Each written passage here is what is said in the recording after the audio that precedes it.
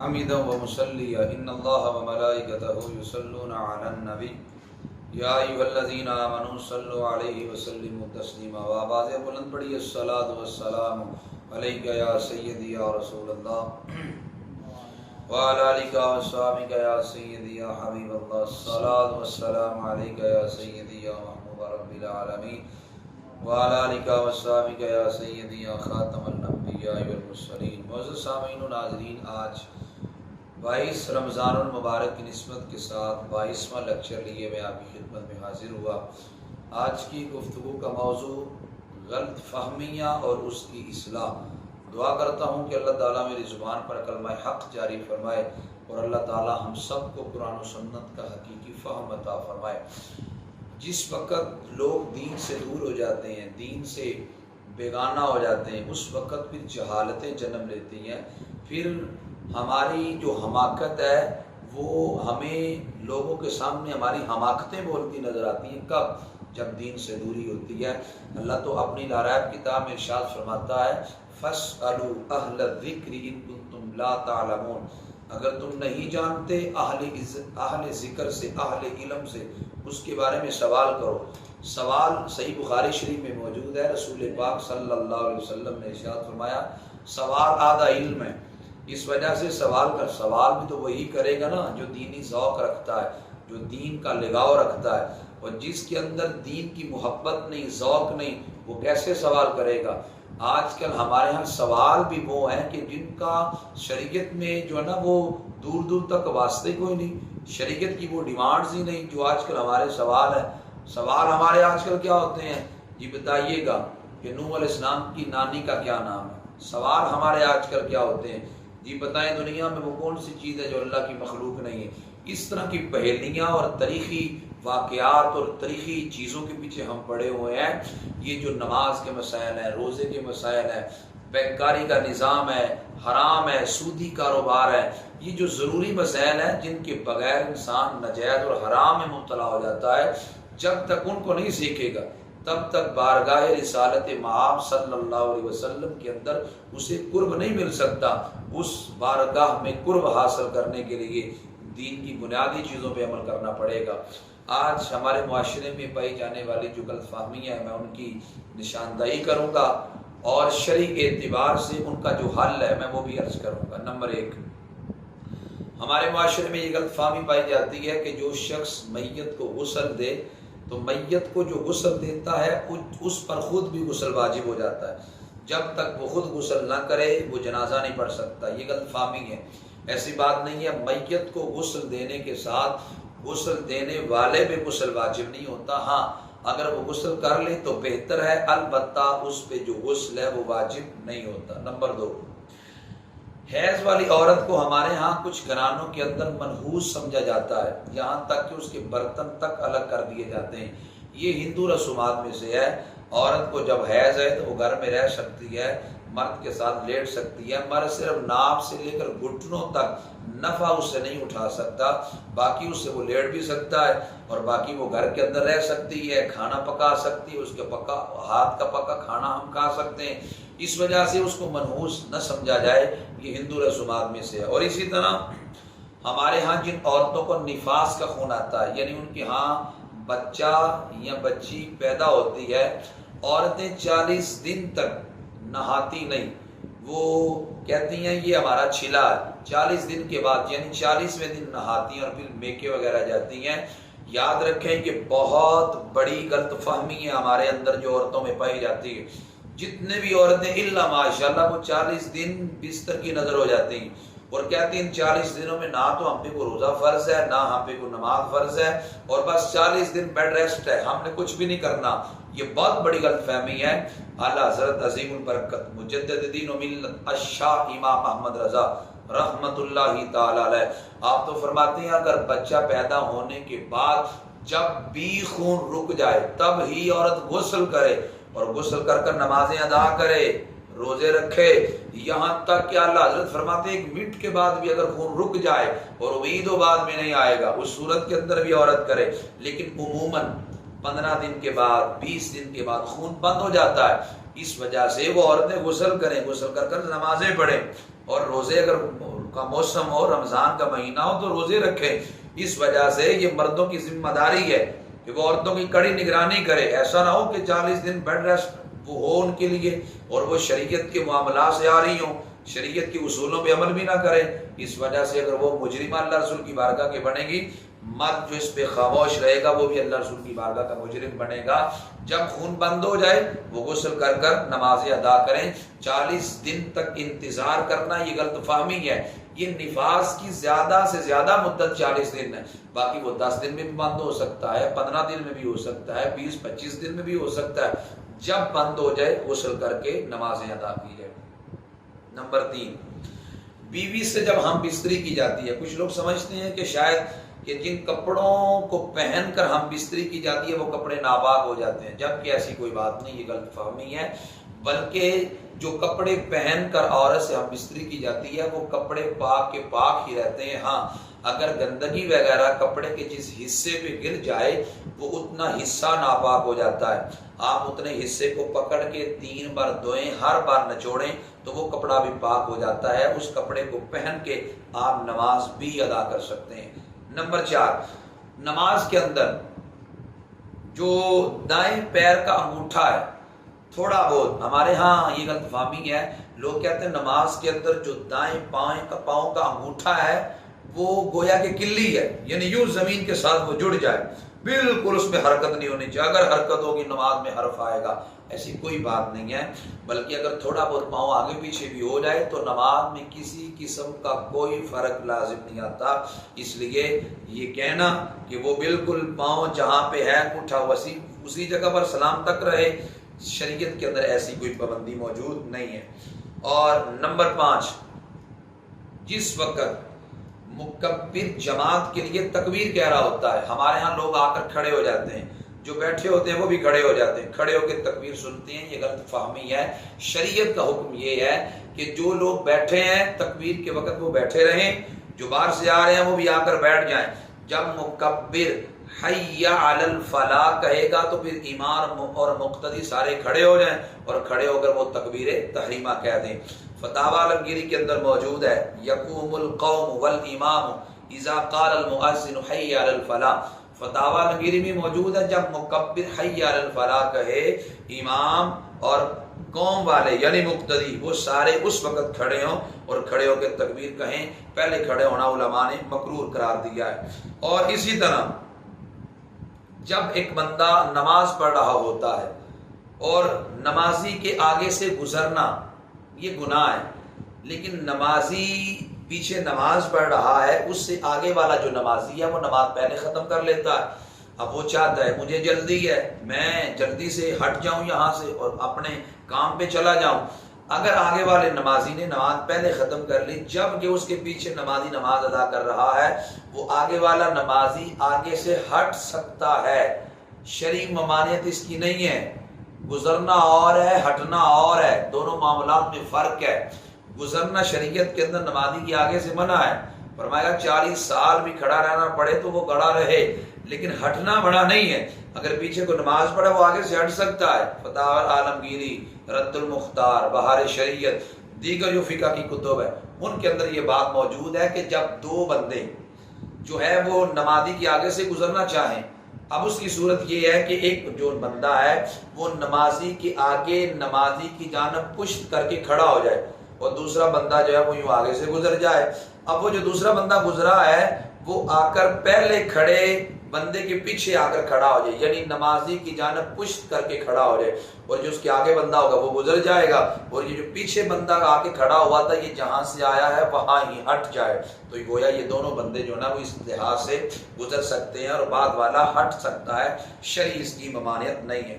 Number 7، نفلی عبادتیں جو ہیں، محافل ہیں، ورد و وظائف ہیں، اس کی وجہ سے لوگ فرض نماز کو چھوڑ دیتے ہیں، اس میں سستی کر جاتے ہیں۔ یہ بہت بڑی ہماری غلطی ہے۔ نوافل کی وجہ سے، محافل کی وجہ سے فرض کو نہیں چھوڑا جائے گا۔ آج کل جو ہماری محافل ہیں عجیب ماحول بن چکا ہے، ساری رات محفل نعت ہوتی ہے اور صبح 3 بجے دعا ہوتی ہے، الا ماشاء اللہ عام لوگ تو عام لوگ رہے، بڑے بڑے خواص بھی ہمیں مسجدوں میں نظر نہیں آتے۔ ہماری محافل کی جو وقت ہے وہ متعین ہونا چاہیے۔ محافل اگر ہماری لمیٹڈ ہو جائیں تو معاشرے میں کاروباری ایک بڑا طبقہ ایسا ہے جو ہماری محفلوں میں بس ہماری افراط و تفرید کی وجہ سے نہیں شرکت کر سکتا۔ اگر ہم اس میں وقت متعین کر دیں تو ہماری محافل کی رونق بڑھ جائے۔ ایک تو رات کو لوگ نیند بھی جا کے پوری کر لیں، صبح نماز فجر میں مسجدوں کی رونق بھی دوالا رہے۔ جناب فاروق اعظم رضی اللہ تعالیٰ عنہ کے دور خلافت کے اندر حضرت سلیمان بن ابی خصمہ رضی اللہ تعالیٰ عنہ نماز فجر کے لیے نہ آئے۔ جناب عمر رضی اللہ تعالیٰ عنہ نے نماز فجر پڑھی تو ان کے گھر میں چلے گئے، جا کر دروازے پہ دستک دی اور فرمایا آج سلیمان بن ابی خصمہ کیوں نماز فجر کے لیے نہیں آیا؟ ان کی والدہ ماجدہ حضرت شفا رحمت رضی اللہ تعالیٰ عنہ وہ فرمانے لگی جناب عمر سے، میرا بیٹا ساری رات نفل پڑھتا رہا، فجر کا وقت ہوا تو اس کی آنکھ لگی، وہ سو گیا۔ جناب فاروق اعظم رضی اللہ تعالیٰ عنہ فرمانے لگے کاش وہ ساری رات سویا رہتا اور جماعت فجر کی آ کر جماعت سے پڑھتا تو یہ میرے نزدیک سب سے اعلیٰ تھا۔ ساری رات آرام کرتا لیکن جماعت فجر جو ہے وہ قائم کرتا، فرمایا یہ میرے نزدیک سب سے اعلیٰ تھا۔ نوافل کی وجہ سے یا محافل کی وجہ سے، نفلی عبادات کی وجہ سے فرض کو نہ چھوڑا جائے۔ اور نمبر 8، کچھ لوگوں کو امام سے ذاتی رنجش ہوتی ہے، ذاتی ناراضگی ہوتی ہے۔ وہ کہتے ہیں اس امام سے تو میری ناراضگی ہے، وہ اس امام کے پیچھے نماز نہیں پڑھتے اور اکیلے نماز پڑھ لیتے ہیں۔ یہ بہت بڑی غلط فہمی ہے۔ امام محمد رضا فاضل بریلوی رحمۃ اللہ تعالی علیہ آپ فرماتے ہیں کہ جس شخص کو امام سے ذاتی رنجش ہو، اب دیکھیں جب امام میں تمام امامت کی شرائط پائی جا رہی ہیں، وہ داڑھی نہیں کٹواتا، شریعت کا پابند ہے، ذاتی عداوت ذاتی دشمنی امام سے ہمیں نہیں رکھنی چاہیے۔ اگر کسی بندے کو ہے اس کے باوجود وہ امام کے پیچھے نماز ادا کرے، اس کی نماز ہو جائے گی۔ اگر اس کے باوجود وہ اکیلے نماز ادا کرتا ہے وہ شرن مجرم ہے۔ میرے اللہ حضرت فرماتے ہیں وہ سخت گناہگار ہے اکیلا نماز پڑھنے کی وجہ سے، اس وجہ سے کہ وہ جو ہے نا وہ مسجد کی رونق کو دوالا کرے، دیگر مقتدیوں کے ساتھ کھڑا ہو کے نماز ادا کرے، اللہ اس پر اجر دے گا۔ اگر وہ یہ سمجھتا کہ مجھے امام سے ذاتی عداوت اور رنجش ہے، اکیلا پڑھنا میرے لیے ضروری ہے، وہ غلط فہمی پہ ہے، اسے اس کی اصلاح کرنی چاہیے۔ وہ ذاتی رنجش بھی ہو، نبی علیہ السلام نے 3 دن تک ایک مومن دوسرے مومن سے ناراض نہ رہے۔ ذاتی عداوت اور دشمنی کی بنیاد پہ ناراضگی نہیں ہونی چاہیے۔ اگر ہے تو ایک مومن مسلمان دوسرے سے سلام میں پہل کرے، دوسرا سلام نہیں لیتا، سارا گناہ اسی کے ذمے پہ پڑے گا۔ نمبر 9، آج بھی میرے ساتھ کچھ دوست یہ بات کر رہے تھے، ہمارے معاشرے کے اندر بڑے طبقے پہ لوگ ایسے ہیں جو یہ سمجھتے ہیں اگر عورت کا انتقال ہو جائے تو مرد اپنی بیوی کے جنازے کو کندھا نہیں دے سکتا، جبکہ معاملہ تو اس طرح ہے اگر کوئی بھی عورت معاشرے میں دنیا سے چلی جائے، ہر مرد عورت کے جنازے کو کندھا دے سکتا ہے، خواہ وہ غیر محرم ہو، ہر شخص عورت کے جنازے کو کندھا دے سکتا ہے۔ جب غیر محرم مرد عورت کے جنازے کو کندھا دے سکتا ہے تو شوہر نے کیا جرم کیا ہوا ہے؟ وہ بیچارہ سارے زندگی ساتھ رہتا رہا، عورت کا انتقال ہوا تو کیا اس کا چہرہ بھی نہیں دیکھ سکتا؟ عجیب معاملہ ہے۔ وہ فقہا یہاں تک فرماتے ہیں مرد جس کی عورت کا انتقال ہو گیا وہ مرد عورت کا چہرہ بھی دیکھ سکتا ہے اور وہ اس کے جنازے کو کندھا بھی دے سکتا ہے، وہ اس کو قبر میں بھی اتار سکتا ہے، صرف و صرف بغیر کپڑے کے اس کے جسم کو چھو نہیں سکتا، اس کی شریعت میں ممانعت ہے۔ اور اگر کچھ لوگ ہمارے معاشرے کے اندر مرد کے لیے یہ سمجھتے ہیں کہ عورت کو کندھا نہیں دے سکتا، وہ غلط فہمی پہ ہیں، اسے اس بات کی اصلاح کرنی چاہیے۔ نمبر 10، ہمارے ہاں جو لوگ اعتکاف بیٹھتے ہیں وہ کہتے ہیں شاید ہم اعتکاف میں زیادہ چپ رہیں گے تو زیادہ ہمیں ثواب ملے گا۔ معتکف اگر حالت اعتکاف میں چپ کو عبادت سمجھتا ہے تو یہ مکروہ تحریمی ہے، گناہ ہے۔ اس وجہ سے ہاں ضروری جو غیر شرع باتیں ہیں، گناہ کی باتوں سے تو خاموشی ضروری ہے۔ معتکف خاموش نہیں رہے گا، خاموش رہنا اور اس کو یہ عبادت سمجھنا کہ میں خاموش رہوں گا تو یہ عبادت ہے، یہ غلط فہمی ہے۔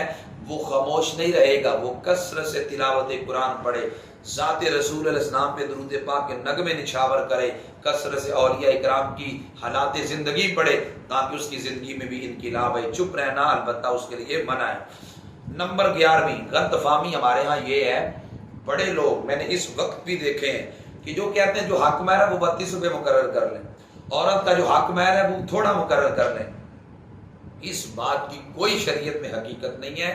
یاد رکھیے گا، حق مہر کم از کم 10 درہم ہے۔ اگر آپ اس کو چاندی کے اندر کنورٹ کریں تو 2 تولے اور 4.5 ماشے چاندی بنتی ہے۔ اگر آپ قیمت کا لحاظ کریں کم از کم 4000 روپے عورت کا حق مہر ہے، یہ کم از کم ہے۔ حق مہر کے پیسے کی عوض بندہ عورت کے اس میں مخصوص کا مالک بنتا ہے، تو کیا آپ نے 4000 ایک عورت کی قیمت ڈالی ہے؟ اس وجہ سے اس دور کے لحاظ سے کم از کم بھی میں سمجھتا ہوں کہ 10,000 حق مہر مقرر کرنا چاہیے، اور وہ بیٹی کے گھر میں جانا ہے۔ اور عجیب بات تو یہ ہے، مفتی احمد یار نعیمی رحمت اللہ تعالی علیہ آپ فرماتے ہیں حق مہر کے پیسے برکت والے ہوتے ہیں، خدا نہ خواستہ اگر بچہ بیمار ہو جائے حق مہر کے پیسوں سے علاج کرائیں تو اللہ جلدی شفا عطا فرماتا ہے، تو اس لیے حق مہر زیادہ مقرر کرنا چاہیے۔ نمبر 12، ہمارے ہاں جو لوگ نکاح خواہ ہیں، نکاح پڑھاتے ہیں، وہ جو نکاح کا خطبہ ہوتا ہے وہ نکاح کے بعد پڑھتے ہیں، یہ غلط فہمی ہے۔ نکاح کا جو خطبہ ہے وہ نکاح سے پہلے پڑھا جاتا ہے، یہ سنت ہے، اس لیے سنت میں عمل کرنا چاہیے۔ جب ایجاب و قبول ابھی تک نہیں ہوا، نکاح کا خطبہ پہلے پڑھا جائے، یہ مسنون اور سنت قرار دیا گیا۔ نمبر 13، ہمارے معاشرے کے اندر غلط فہمی یہ بھی پائی جاتی ہے، لوگ سمجھتے ہیں عورت حمل سے ہو تو اس کو اگر طلاق دی جائے تو طلاق نہیں ہوتی، جبکہ بات یوں ہے اگر حاملہ عورت کو طلاق دی جائے تو یہ طلاق بھی واقع ہو جاتی ہے۔ فرق صرف اتنا ہے کہ حاملہ عورت کی جو عدت ہے وہ وضع حمل ہے، یعنی بچے کا پیدا ہونا، خواہ 2 دن کے بعد بچہ پیدا ہو جائے، خواہ 9 مہینے کے بعد پیدا ہو جائے، جب بچہ پیدا ہوگا عدت مکمل ہو جائے گی۔ 14ویں غلط فہمی ہمارے ہاں یہ ہے، ہمارے معاشرے کے اندر جو لوگوں کی میجورٹی ہے وہ چچی کو اور ممانی کو محرم سمجھتی ہے، جبکہ حقیقت اس کے برعکس ہے۔ چچی غیر محرم ہے، ممانی غیر محرم ہے، ان سے پردہ ضروری ہے۔ غور کرنا، یہاں تک کہ اگر چچے کا انتقال ہو گیا، مامے کا انتقال ہو گیا، عدت کے بعد ان کی عورتوں سے نکاح کرنا بھی جائز ہے۔ چچی سے اور ممانی سے ان کی عدتوں کے بعد نکاح کرنا جائز ہے، اس لیے کہ وہ غیر محرم ہے۔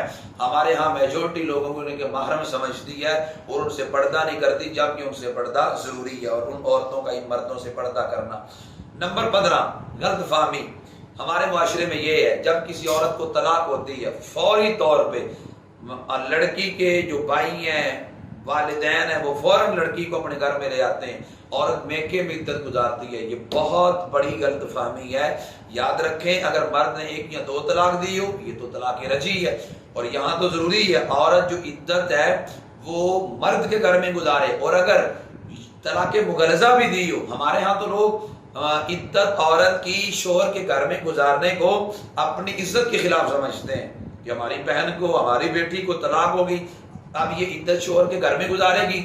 شرعی اعتبار سے عورت جو ہے وہ عدت شوہر کے گھر میں گزارے گی، اپنے ماں باپ کے گھر میں نہیں گزارے گی۔ ہاں اس میں یہ صورت مستثنا ہے، اگر مرد نے طلاق مغلظہ دی یعنی 3 طلاقیں دے دی، عورت حرام ہو گئی۔ اب اگر عورت شوہر کے گھر میں عدت گزارتی ہے اور اس صورتوں میں عورت ظالم ہے، پتہ نہیں کہ وہ ناجائز کام نہ کر دے، چونکہ عورت بیوی تو اس کی رہی نہیں، اگر ناجائز کام کر دے، کوئی ایسی عورت بھی نہیں بوڑھی کہ جو پاس رہے اور ان دونوں کو جدا رکھ سکے، اور عورت جو نا وہ بدنیت بھی لگتا ہے، اس صورت کے اندر کہیں یہ حرام کام میں مبتلا نہ ہو جائے، عورت اپنی اس صورت میں میکے جا سکتی ہے۔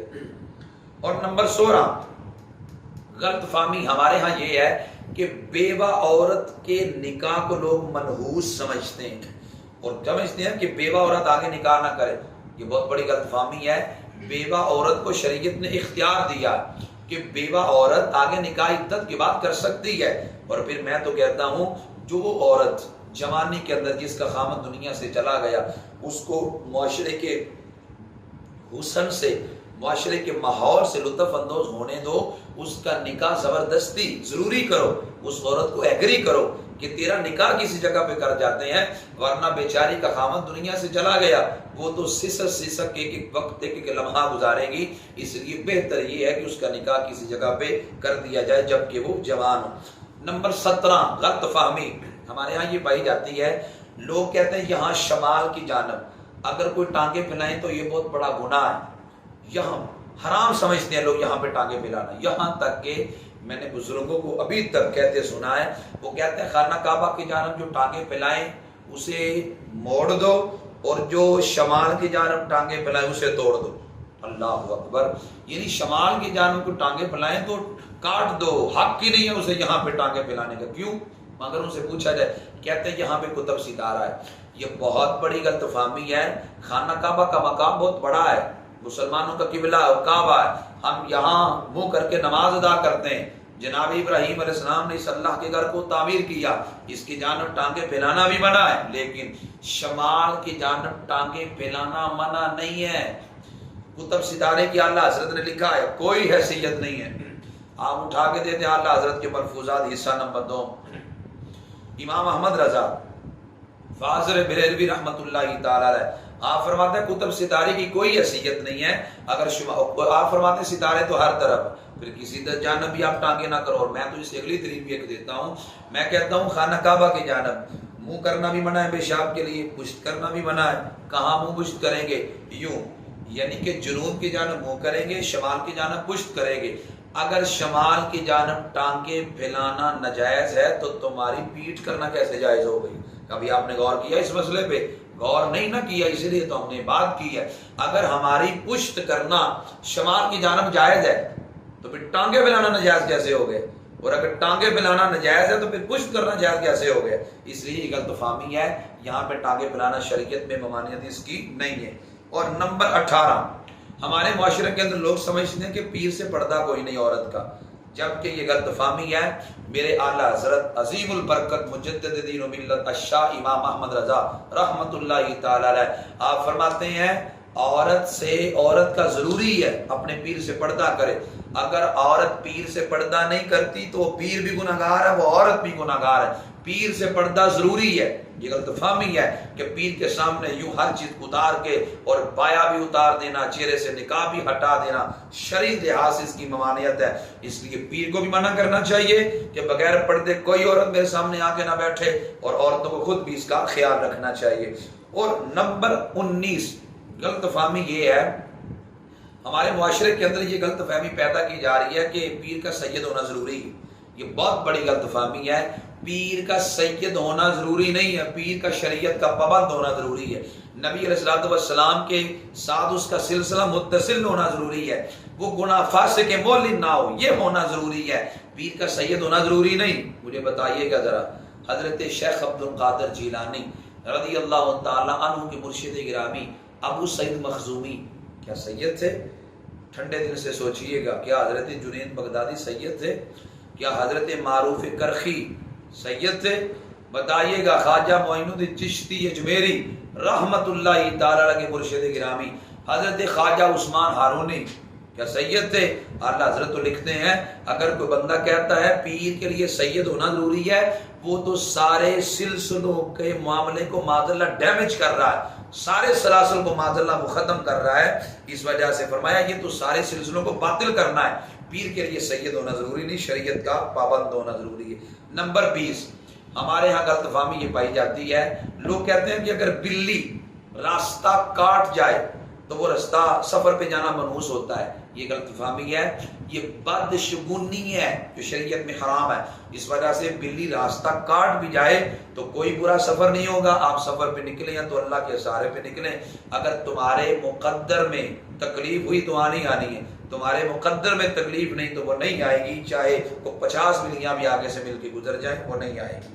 اور 21 نمبر غلط فہمی ہمارے ہاں یہ ہے کہ جب ایک بندہ دوسرے کے پاس امانت پیسوں کی رکھواتا ہے 6 مہینے کے لیے 2 مہینے کے لیے، وہ کہتا ہے یار 2 مہینے کے لیے 6 مہینے کے لیے سال کے لیے امانت میرے پاس پیسوں کی پڑی ہے، مجھے ضرورت ہے میں استعمال کر لیتا ہوں، بعد کے اندر اپنے پاس سے اسے ریٹرن کر دوں گا، واپس کر دوں گا، یہ غلط فہمی ہے، شرعی لحاظ سے یہ ناجائز ہے۔ امانت کے مال میں تصرف جائز نہیں ہے۔ میرے اعلیٰ حضرت رحمت اللہ تعالی علیہ فرماتے ہیں، آپ فرماتے ہیں زر امانت میں تصرف حرام ہے۔ اس لیے اگرچہ آپ کی نیت یہ ہو میں کل کو واپس کر دوں گا، یہاں تک کہ ہمارے جو مساجد کی انتظامیہ کے لوگ ہیں ان کے پاس مسجد کی جو فنڈنگ جمع ہوتی ہے وہ ذاتی استعمال میں نہیں لگا سکتے، اگرچہ ارادہ یہ ہو میں کل کو واپس کر دوں گا، شریعت انہیں اس بات کی اجازت نہیں دیتی۔ امانت کے مال میں خیانت کرنا شرعی لحاظ سے منع ہے۔ اور اگلی بات 22 نمبر غلط فہمی ہمارے ہاں یہ ہے، ہمارے جو نعت خواہ ہیں، نعت پڑھنا کوئی چھوٹی سعادت نہیں ہے، نعت پڑھنا بہت بڑی سعادت ہے، لیکن نعت وہ پڑھے جو شریعت کا پابند ہو، داڑھی شریف حضور کی سنت چہرے پہ سجائے، باوضو ہو کر نعت شریف پڑھے۔ ہمارے ہاں جو لوگ گانے کی طرز پہ نعتیں پڑھتے ہیں اور اس کو جائز سمجھتے ہیں، یہ بہت بڑی غلط فہمی ہے۔ اور میں نے تو اتنے ایسے نعت خانوں کو بھی جانتا ہوں جو پہلے گانے سنتے ہیں، گانے سن کر معاذ اللہ اس کی طرز پہ بھی نعتیں تیار کرتے ہیں، یہ بہت بڑی نعت کی توہین ہے۔ اللہ کے گھر میں آپ نعت پڑھ رہے ہیں، سامنے بیٹھے بندے کے ذہن میں معاذ اللہ گانے کے سین چل رہے ہیں، کس بندے نے اس کو اس حالات تک پہنچایا؟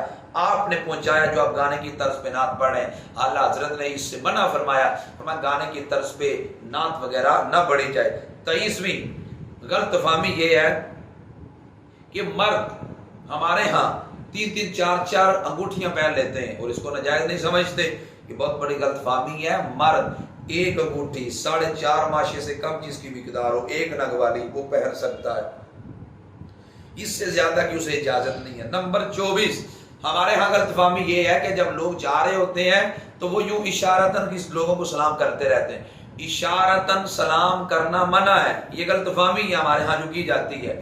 شرعی اعتبار سے اگر آپ نے یوں اشارے سے کسی کو سلام کرنا ہو، صرف اشارہ نہ کرے، یہ عیسائیوں کا سلام ہے، یہ یہودیوں کا یہ سلام ہے، ہمارے مسلمان بھی یوں لگے ہوتے ہیں، یہ یہود کا سلام ہے، اشارے سے سلام عیسائیوں کا سلام ہے۔ اگر آپ نے اشارے سے کسی کو سلام کرنا ہو تو یوں ہاتھ کا اشارہ بھی کرے، زبان سے بھی بولیں السلام علیکم ورحمۃ اللہ وبرکاتہ، اس صورت میں بھی ممانعت نہیں ہے۔ اور نمبر 25 غلط فہمی ہمارے معاشرے کے اندر یہ ہے کہ سفر کے آخری بدھ کو لوگ جو ہے نا وہ سیر کو جاتے ہیں اور کہتے ہیں اس دن حضور کو صحت ملی تھی، جو بندہ سیر کے لیے جائے گا اللہ تعالیٰ اسے سارا سال بیماریوں سے محفوظ رکھے گا، یہ بہت بڑی غلط فہمی ہے۔ اس وجہ سے سفر کے آخری بدھ یہ کہنا کہ نبی علیہ السلام کو جو نا وہ صحت ملی تھی، معاذ اللہ ایسی کوئی بات بھی نہیں ہے، یہ غیروں کی پھیلائی ہوئی باتیں ہیں۔ اگر آپ تاریخ کا مطالعہ کریں تو یہ بات روز روشن کی طرح واضح ہوتی ہے، سفر کی آخری بدھ کو نبی علیہ السلام کی جو بیماری تھی وہ اتنی بڑی کہ اسی بیماری میں حضور علیہ السلام کا وصال مبارک ہوا، اس لیے یہ غلط فہمی ہے، اس کا بھی ازالہ کیا جائے۔ نمبر 27 ہمارے معاشرے کے اندر لوگوں کی کثرت ایسی بھی ہے، جب بھی نبی علیہ السلام کا نام اسم گرامی آتا ہے تو انہیں جلدی بڑی ہوتی ہے، وہ حضور کے نام کے اوپر سواد ڈال دیتے ہیں۔ یاد رکھیے گا یہ حرام ہے، میں بار بار کہہ رہا ہوں، اعلیٰ حضرت کا ہمارے تمام تر علماء کا فتویٰ ہے، حضور علیہ السلام کے نام کے ساتھ صرف سعد لکھنا اور پورا درود نہ لکھنا یہ ناجائز ہے۔ حضور علیہ السلام کا نام اسم گرامی ہے، پورا درود لکھا کریں، اجر کیا ملے گا؟ فرمایا جب تک درود لکھا رہے گا فرشتے ثواب بھی لکھتے ہی رہے گے، اس لیے کتنی اعلیٰ نیکی ہے، اس وجہ سے پورا درود پاک لکھیں۔ یوں صحابہ کا نام آئے راز سواد نہ ڈالا کریں، رضی اللہ تعالیٰ عنہ پورا لکھا کریں، اس پہ اللہ اجر عطا کرے گا۔ نمبر 28 غلط فہمی ہمارے ہاں یہ پائی جاتی ہے، بعض لوگ بیٹے کو آگ کر دیتے ہیں، آگ، وہ کہتے ہیں یہ نافرمان ہے، میں نے اسے اپنی وراثت سے محروم کر دیا، آگ ہے یہ میری طرف سے، باہر نکال دیتے ہیں اس کو اور اس کو وراثت سے محروم کر دیتے ہیں، یہ غلط فہمی ہے۔ اگر باپ نے بیٹے کو آگ کر دیا، وراثت سے محروم کر دیا، شرعی لحاظ سے وہ وراثت سے محروم نہیں ہوگا، اسے وراثت سے حصہ اس کے باوجود بھی ملے گا۔ 29ویں غلط فہمی یہ ہے کہ اگر ایک شخص مالدار ہے، وہ قربانی کا جانور خرید کر لے آتا ہے اور خرید کر کہتا ہے یہ قربانی ابا جی کی طرف سے کر دیتا ہوں، اماں جی کی طرف سے کر دیتا ہوں، اپنی طرف سے نہیں کرتا، جبکہ اس پہ واجب ہوتی ہے۔ ماں باپ کی طرف سے جب مالدار بندہ قربانی کر دے گا، ان کی جانب سے کیا اجر تو ملے گا، لیکن اپنے اوپر واجب تھی اس نہ کرنے کا گناہ اس پہ باقی رہے گا، اس لیے پہلے اپنی طرف سے واجب ادا کریں اور پھر دوسرا یا تیسرا جانور لے کر اپنے والدین کی جانب سے کریں۔ نمبر 30 غلط فہمی ہمارے ہاں یہ ہے کہ لوگ کہتے ہیں جو بندہ سور کا نام زبان سے لیتا ہے 40 دن تک زبان پلیت رہتی ہے، اس کی کوئی حقیقت نہیں ہے۔ سور کا لفظ زبان سے نکالتے ہیں اگر آپ تو آپ کی زبان پلیت نہیں ہوتی۔ 31 نمبر غلط فہمی یہ ہے، ہمارے یہاں کہتے ہیں کہ لوگ اگر عورت جانور ذبح کرے تو اس کا ذبیحہ حلال نہیں ہے، یہ غلط فہمی ہے۔ عورت اگر ذبح کرنا جانتی ہے وہ جانور ذبح کرے گا تو اس کی بھی اجازت ہے، بلکہ نبی علیہ السلام نے مشکات میں حدیث موجود ہے، نبی علیہ السلام نے عورت کے ذبیح کو بھی حلال قرار دیا ہے۔ اور 32 نمبر غلط فہمی ہمارے ہاں یہ ہے کہ عورتیں فنکشن کے موقع پر، عید کے موقع پر، دیگر تہواری دنوں کے موقع پر بازاروں میں جب جاتی ہیں تو دکانداروں سے چوڑیاں پہناتی ہیں۔ یاد رکھیں یہ حرام در حرام ہے، ایک تو اس کو ہاتھ دکھلانا اپنا، اور دوسرا اپنا ہاتھ اس کے ہاتھ میں دینا، وہ پکڑ کر چوڑیاں پہنائے، یہ حرام ہے۔ میرے اعلیٰ حضرت نے اس کو حرام لکھا۔ اس وجہ سے اگر مرد کو خبر ہو میری بیوی اس طرح بازار جا کے کرتی ہے، اگر منع نہ کرے پتہ ہونے کے باوجود، وہ دیوس ہے، بے غیرت ہے۔ اس وجہ سے غیرت تو یہ ہے کہ وہ اپنی عورت کی حفاظت کرے، کہ وہ غیروں کے پاس جا کر ان کے ہاتھوں میں ہاتھ دے کر چوڑیاں پہناتی ہے، چوڑیاں بازار سے لے آئے، گھر میں آ کر کسی مرد سے محرم سے پہنا لے اور کسی عورت سے پہنا لے۔ اگر مرد سے باہر غیر محرم سے پہنائے گی تو یہ حرام ہے، شرعاً اس کی اجازت نہیں ہے۔ 33 نمبر غلط فہمی ہمارے ہاں یہ ہے کہ جب بچے کا عقیقہ کیا جاتا ہے تو کہا جاتا ہے کہ اب اس جانور کا گوشت دادا دادی نانا نانی نہیں کھا سکتے، یہ غلط فہمی ہے۔ اس کا حکم بھی قربانی کی طرح ہے کہ سارے گوشت کھا سکتے ہیں۔ نمبر 34 غلط فہمی ہمارے معاشرے میں یہ بھی پائی جاتی ہے کہ جب قرآن پاک الماری سے یہاں سے نیچے گر جائے خدا نخواستہ تو کہا جاتا ہے کہ قرآن پاک کے وزن کے برابر آٹا یا گندم وغیرہ صدقہ کرنا ضروری ہے، یہ غلط فہمی ہے۔ شریعت میں اس کا کوئی حکم نہیں ہے کہ آپ نے قرآن کے وزن کے مطابق جو ہے کوئی چیز صدقہ کرنی ہے۔ ہاں غلط فہمی سے گر گیا ہے توبہ کرے اور کوئی ویسے صدقہ خیرات اللہ کی راہ میں دے دو تو بہتر ہے، ورنہ دینا ضروری نہیں اور پھر وزن کر کے دینا، شریعت میں اس کی کوئی حقیقت نہیں ہے۔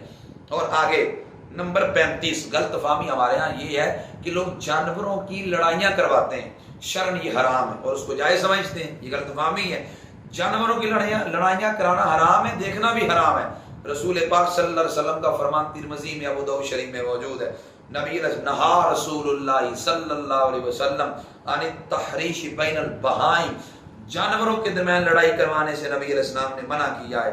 36 نمبر غلط فہمی ہمارے معاشرے میں یہ پائی جاتی ہے کہ لوگ دھوبی کے گھر سے کھانا نہیں کھاتے اور کہتے ہیں کہ اس کے گھر کا کھانا ناپاک ہے، معاذاللہ، ایسی کوئی بات نہیں ہے، دھوبی کے گھر سے بھی کھانا کھانا بالکل جائز ہے۔ 37 نمبر غلط فہمی ہمارے ہاں یہ ہے کہ آج کل لوگ درباروں پہ جاتے ہیں، وہاں سے سرخ داغے لے آتے ہیں، کڑے لے آتے ہیں، کڑے پہن لیتے ہیں، سرخ داغے پہن لیتے ہیں۔ شریعت میں کوئی اس کی گنجائش نہیں ہے، یہ ہندو رسومات ہیں۔ وہ ہندو وہاں پہ جو مجاور بیٹھے ہوتے تھے وہ یہ کام کرتے تھے بتوں کے سامنے، اس وجہ سے سرخ دھاگا پہننا اس کی کوئی حیثیت نہیں ہے، یہ غیروں کی مشابہت ہے۔ کڑے پہننا شریعت میں اس کی ممانعت ہے، یہ غیروں سے مشابہت ہے، اس سے بچنا ضروری ہے۔ اور اسی طرح 38 نمبر غلط فہمی ہمارے ہاں یہ بھی پائی جاتی ہے، جب کوئی خرید و فروخت کے معاملے میں دکاندار ہے یا کوئی بھی چیز بیچتا ہے، صبح پہلا بندہ جب آتا ہے اسے کہتے ہیں یہ بونی ہے، اپنی زبان کے اندر وہ کہتے ہیں یہ بونی ہے۔ پہلے بندے کو جب کوئی چیز دکان سے لینے آتا ہے، اگر وہ اچھا رویہ نہ کے جائے، ادھار چیز لے جائے تو دکان والا کہتا ہے اچھی بونی نہیں ہوئی تو لہٰذا سارا دن جان صحیح نہیں لگنا، یہ بدشگونی ہے، سارا دن کو منحوس سمجھتا ہے۔ شریعت میں اس کی کوئی گنجائش نہیں ہے، اگرچہ پہلا بندہ آپ کو ایسا آ کے مل جائے کہ جو اچھا نہیں تھا یا اس نے آپ کو اچھی گرائی نہیں دی، سارے معاملات کے اندر شرعی لحاظ سے کوئی قباحت نہیں ہے، نہ ہی کوئی آپ کے دل پر اس کا کوئی اثر مرتب ہوگا۔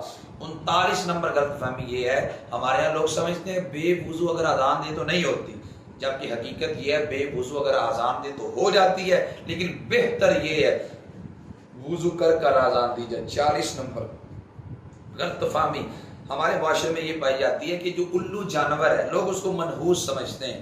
نبی علیہ السلام کا ارشاد گرامی ہے لا عدوى ایک سے بیماری دوسرے کو نہیں لگتی. ولا حامہ، الو کی نحوست شریعت میں نہیں ہے.